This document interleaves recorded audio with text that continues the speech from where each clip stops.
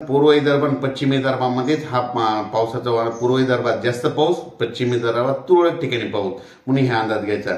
मराठवाड्यात ढगाळ वातावरण राहणार आहे, पश्चिम महाराष्ट्रात ढगाळ वातावरण राहणार आहे, उत्तर महाराष्ट्रात ढगाळ वातावरण राहणार आहे म्हणून हा देखील अंदाज लक्षात घ्यायचा। सांगायचं झालं तर म्हणजे 3 विभागामध्ये उत्तर महाराष्ट्र, पश्चिम महाराष्ट्र, कोकण पट्टी आणि मराठवाड्यामध्ये ढगाळ वातावरण राहणार आहे। म्हणजे 17 मार्च, 18 मार्च, 19, 20 मार्च दरम्यान राहणार आहे। आणि परत एक आणखी सर्वांसाठी एक सूचना म्हणून सांगतो की 21 मार्च पासून राज्यात उन्हाची तीव्रता वाढत जाणार आहे। म्हणजे 40-41 अंशाच्या वर पारा वाढत जाणार आहे। म्हणून वृद्धाची काळजी घ्या, लहान मुलाची काळजी घ्या, कारण की उन्हाचा पारा 42 अंशाच्या पुढे जाणार आहे।